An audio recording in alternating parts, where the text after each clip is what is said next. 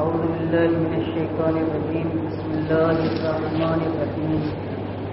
اللهم كن لوليك الشفيق الحسن صلواتك عليه وعلى آبائه في هذه الساعة وفي كل ساعة وليا وحافظا وقائدا وناصرا ودليلا وعينا حتى تسكنه أرضك طوعا وتمتعه فيها قليلا.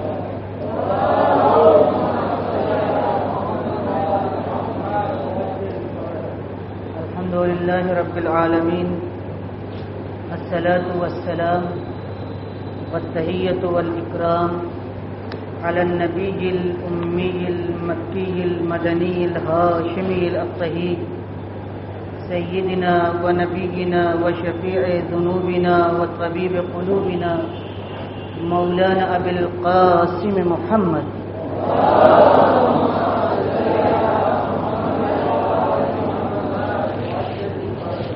ثم الصلاة على أهل بيته الطيبين الأنجبين الهداة المهديين لا سيما بقية الله في الأراضين روح لهم فداء. أما بعد، قال الله الحكيم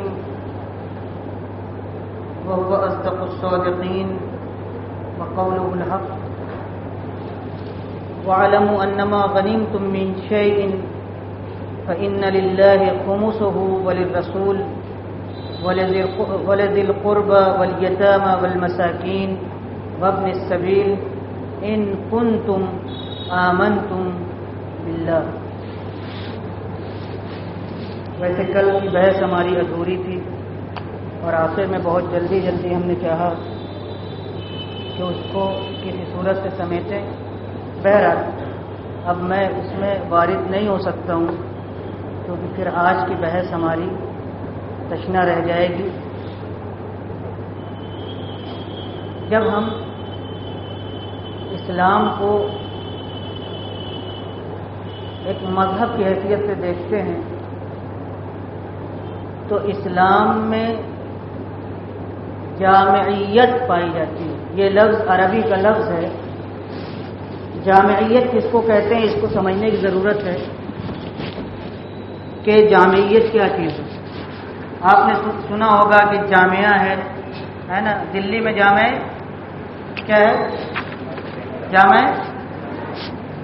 سنائی نہیں دے رہا مجھے. جامع ملیہ یعنی کیا مطلب؟ عربی میں جامعہ کہتے ہیں یونیورسٹی کو.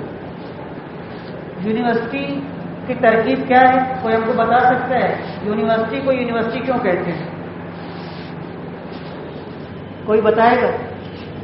ہاں بتائیے بلا تکلف.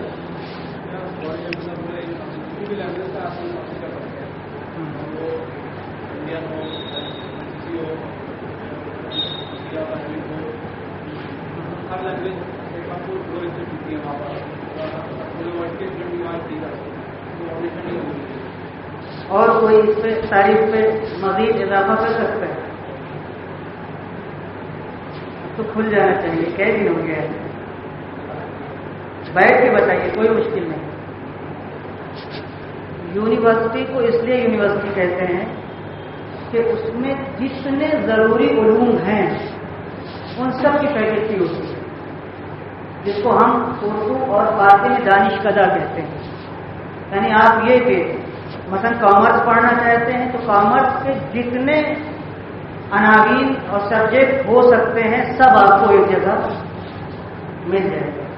آپ کو لٹریچر پڑھنا ہے، مثال کا انگریزی لٹریچر پہ آپ کو ریسرچ کرنا ہے، پڑھنا ہے، اس کی فیکلٹی الگ ہے. اردو الگ ہے، سائنس الگ ہے. یعنی آپ کو جو کچھ پڑھنا ہے ایک جگہ بالکل آج ایسے بالکل سادہ کہ جیسے آپ کو کچھ خریدنا ہے تو آپ بجائے کہ اس دکان سے اس دکان سے لے ایک سپر مارکیٹ میں چلے جائیں. آپ کو ایک ہی جگہ سب. یہ کھانے پینے کا سپر مارکیٹ ہے، وہ روح کا سپر مارکیٹ ہے. عربی میں اسی کو کیا کہتے ہیں؟ جامعہ. اسی لیے جامع ملیہ کیا ہے؟ مدرسہ نہیں ہے، یونیورسٹی ہے. سمجھ گیا؟ تو اس وقت عربی رائج کی اردو رائج کی تو اس وقت جامعہ کہا جاتا ہے. جب ہم جامع کہتے ہیں تو جامع کا مطلب بہت توجہ سے جن جن چیزوں کو آنا چاہیے وہ آ جائے، اس کو ہم کہتے ہیں جامع. ہم کہتے ہیں اسلام ایک جامع مذہب ہے، یعنی جن جن باتوں کی ضرورت ہے بشر اس تک پہنچ گیا یا پہنچے گا یا سمجھتا ہے، ان سب کو اسلام میں ہونا چاہیے. یہ نہیں ہو سکتا کہ 100 سال 200 سال بعد سائنس کسی چیز کی کھوج کرے اور واقعی وہ ضروری ہو بھی بشر کے لیے مگر اسلام میں بیان یہ نہیں ہوتا. ہو سکتا ہے آپ کی کھوج میں کمی ہو مگر ایسا نہیں ہے کہ اسلام نے اس کو بیان نہ کیا ہو. ہم کیا کہتے ہیں کہ اسلام ایک جامع مذہب ہے. جیم الف میم عین جامع، یعنی جتنی چیزیں آنا چاہیے سب آ گئی. جیسے یونیورسٹی میں جتنی ضروری تعلیمات بشر کے لیے ہو سکتی ہے فی الحال، وہ ایک ایسی یونیورسٹی کہ جس کو واقعی یونیورسٹی کہا جائے وہاں ہونا چاہیے. اگر نہیں ہے تو وہ ناقص یونیورسٹی ہے، نام فقط یونیورسٹی ہے اس کا، ورنہ یونیورسٹی وہ نہیں. اسلام میں آپ کو تمام چیزیں ملیں گی، یعنی جسم کے بارے میں، روح کے بارے میں، نفسیات کے بارے میں، میڈیکل کے بارے میں، وہ آپ کے اوپر کتنا پڑھتے ہیں. دنیا کے جتنے سسٹم ہیں، یعنی جتنے قانون ہیں ملک چلانے کے لیے، ان سب میں ایک بات کی رعایت کی گئی ہے. وہ کیا؟ کہ معاشرہ 3 طبقے کے اوپر ہوتا ہے، 3 قسم کے لوگوں کے اوپر. ایک معاشرہ، ایک سماج. اگر ہم سماج کو طبقہ بندی کریں، طبقہ بندی جیسے 1st floor 2nd 3rd floor, ویسے ہی سماج ہے ہمارا. سماج میں ایک کیا ہے؟ مالدار. ایک طبقہ کیا ہے؟ یہ ہے ایک طبقہ. دوسرا طبقہ کس کا ہے بتائیے؟ یہ تو آپ خود بھی بتا سکتے ہیں. دوسرا طبقہ کس کا ہے؟ بہرے ہیں تھوڑا، ہم کو نہیں سمجھ. مڈل کلاس والے کیا ہیں؟ ان کو کیا کہتے ہیں؟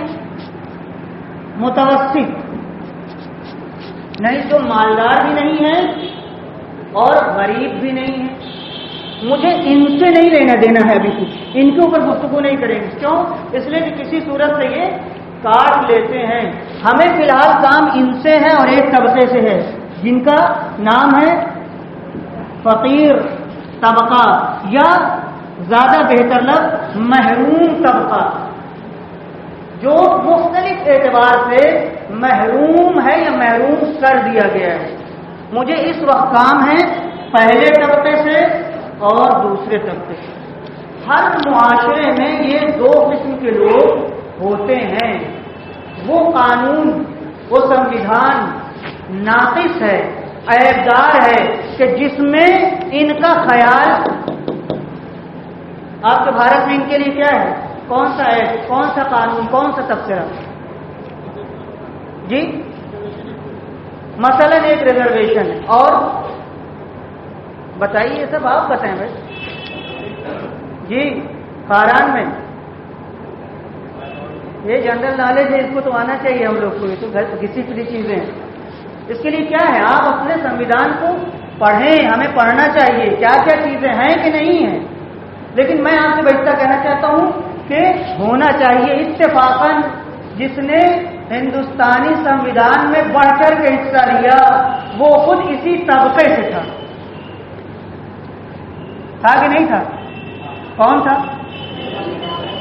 بھیم راؤ، بابا بھیم راؤ بابا جی. 2 بابا ہیں ہمارے یہاں انڈیا میں، ایک بڑے ایک چھوٹے. بڑے کون؟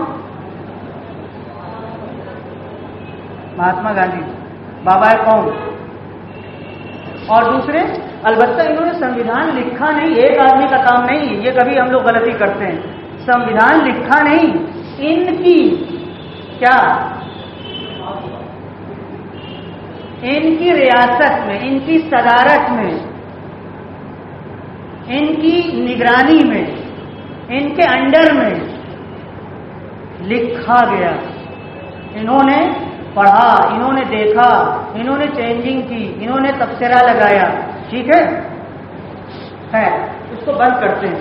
کہنے کا مقصد یہ ہے کہ ایک معاشرے میں دو قسم کے افراد، مالدار طبقہ، محروم طبقہ، اور ہر ملک کا پریزیڈنٹ، وزیر اعظم، کیبنٹ، پارلیمنٹ یہ چاہتی ہے کہ محروم طبقہ بھی اوپر اٹھ کر کے، اور آپ نے یہ ہندوستان میں محسوس کیا، رجواڑے آج نہیں ہیں، ریاستیں آج آپ کے پاس نہیں ہیں. جو آپ کا پیر چھونے آتے تھے، سلام کرنے، وہ آج آپ کی چارپائی پہ بیٹھتے ہیں. آپ ان کو ان کے لفظ سے یاد نہیں کر سکتے. ٹھیک ہے، خوب ہمارے اعتبار سے یہ پہلے ہی سے غلط تھا. سب اسلامی اعتبار سے یہ سب صحیح نہیں تھا. کہ صحیح تھا؟ صحیح، سب لوگ برابر کے ہیں، اس میں کوئی وہ نہیں ہے. ایمان اور کفر کی تقسیم الگ ہے، اس کے اوپر بحث نہیں. لیکن انسان کے اعتبار سے فی الحال سب برابر ہیں. لہذا ہر قانون میں اس طبقے کا لحاظ کیا گیا. یہ ممکن ہے کہ دنیا کے قانون میں محروم طبقے کا لحاظ کیا جائے اور اسلام میں کون سا قانون ہے؟ نماز تو ہے لیکن اللہ کے لیے، روزہ تو ہے ہمارے اور اللہ کے لیے. ان لوگوں کے لیے کہ محروم طبقہ بھی مالداروں کی سطح پہ اٹھ کر کے آ جائے اور محرومیت سے نجات پا جائے، بدبختی سے نجات پا جائے، اس کے لیے کون سا ایکٹ، کون سا قانون، کون سا تبصرہ آپ کے ہیں؟ ایک خمس، یہ لکھا ہوا، اسے نہیں مانیں گے. زکات نمبر 3، صدقہ نمبر 4، فطرہ نمبر 5. اگر اس میں پاس ہو گئے تو پاس. خیرات، عام خیرات، عام، یہی تو ہم لوگ ذرا سا کسی بھی چیز پہ بہت بڑی چیز ہے. سوال یہ ہے کہ کیا اسلام انہیں فقیر رکھنا چاہتا ہے؟ کیونکہ جب آپ ان کو دیں گے تو یہ ہاتھ پھیلائیں گے کہ نہیں پھیلائیں گے؟ نہیں. قانون سمجھنے کی ضرورت ہے.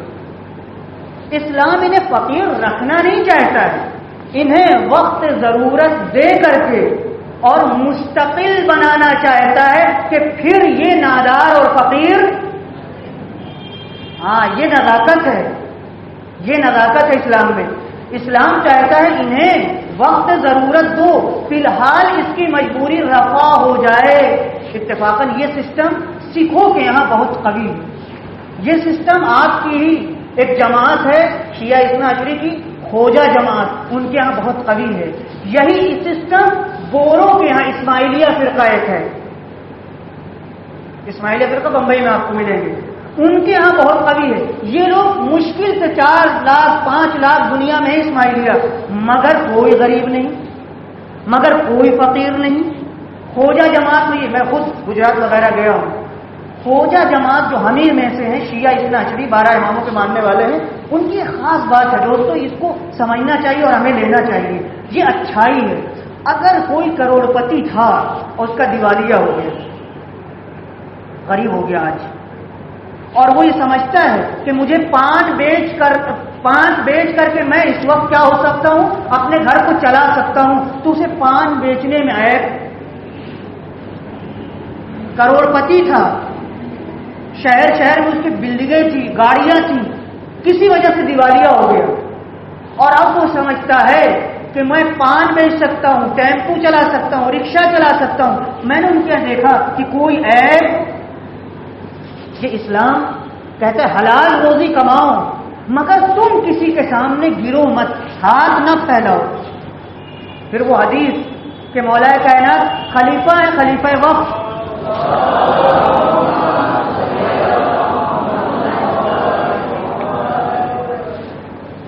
ایک مسلمان آیا، مولا سے کہا مدد کیجیے، فقیر ہے. مولا نے پیسے تو دیے اس کو، مگر ایک جملہ کہا. کیا کہا؟ غدو بعزتکم، جب صبح اٹھو تو اپنی عزت کا خاص خیال رکھو.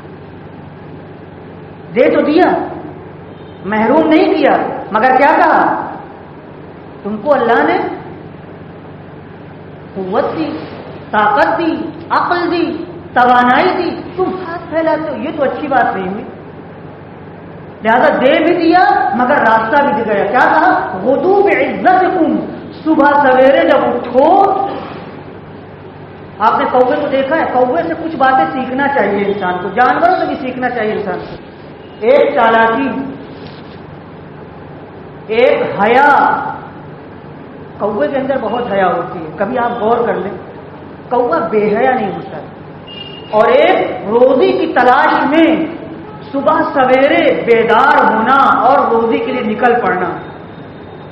آپ نے دیکھا ہے سب سے پہلے کس کی آواز سنائی دیتی ہے؟ صبح سویرے کوے کی آواز آپ کو سنائی دے گی چڑیوں کے ساتھ، اور اپنی روزی کی تلاش میں ہمیں انسان۔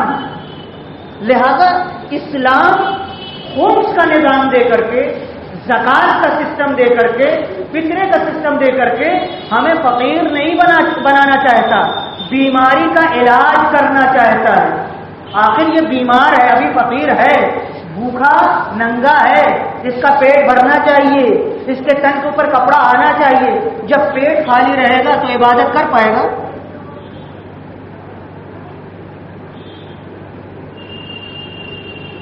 امام نے جس کی شہادت تھی، جاتے جاتے جو وصیت تھی اس میں ایک وصیت اپنے بیٹوں کو کیا کہا؟ خاص طور سے محمد حنفیہ کو خطاب کرتے کہا، بیٹا فقیری سے بچو، غربت سے بچو۔ اس کا مطلب مومن فقیر نہیں رہ سکتا، مومن فقیر کچھ نہ کچھ اسے کرنا ہے۔ یہ کیا کہیں گے یہ فقیر رہ جائے گا، لیکن جو یہ نہیں دیکھے گا وہ دیکھے گا کہ میں کیا کر سکتا ہوں، بلکہ اگر اس کے اندر یہ فکر آ گئی کہ میں اتنا کماؤں کہ میں اسلامی ٹیکس ادا کر سکوں، میرے پیسے سے کچھ مومنین اچھی زندگی بسر کریں، یہ فکر اچھی ہے۔ یہ فکر نہیں ہونا چاہیے میں نادار بن کے رہوں، چار لوگ ہمیں اور ہماری مدد کریں، یہ فکر نہیں ہونا چاہیے۔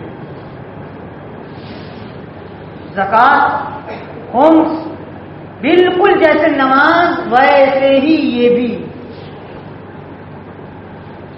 خاص طور پر زکات کا تذکرہ، اقیموا الصلاۃ وآتوا الزکاۃ، اقیموا الصلاۃ وآتوا الزکاۃ، نماز قائم کرو، زکات دو۔ سب سے زیادہ نماز کے ساتھ زکات کا تذکرہ ہے قرآن مجید میں، سب سے زیادہ، تاکہ اسلامی معاشرے میں کوئی بندہ غریب نہ رہنے پائے۔ اور کیونکہ سادات کو زکات نہیں دی جا سکتی، لہذا اس کے لیے الگ قانون، وَاعْلَمُوا أَنَّمَا غَنِمْتُم مِّن شَيْءٍ فَلِلَّهِ وَلِرَسُولِهِ وَلِذِي الْقُرْبَى وَالْيَتَامَى وَلِلْمَسَاكِينِ وَابْنِ السَّبِيلِ إِلَى آخر۔ کیا ہے؟ اللہ کے لیے، اس کے رسول کے لیے اور ان طبقے کے لیے جس کا ذکر ہے، ایک پنجم، ایک پانچواں، یعنی 100 میں 20 روپیہ نکالیے اور 2 حصہ کیجیے، ایک حصہ امام علیہ السلام کا، دوسرا حصہ سادات فقیر کا۔ یہ یاد رہے، تمام ہر سادات کو نہیں دے سکتے، فقیر سادات، ابھی ڈیٹیل آئے گی آگے۔ تو آج ہماری بحث اسلام کے اقتصادی نظام کیا کہتے ہیں، ارتھ ویوستھا کیا کہتے ہیں ہندی میں، انگریزی میں کیا کہیں گے؟ اکنامک سسٹم، اقتصادی نظام، معاشی نظام۔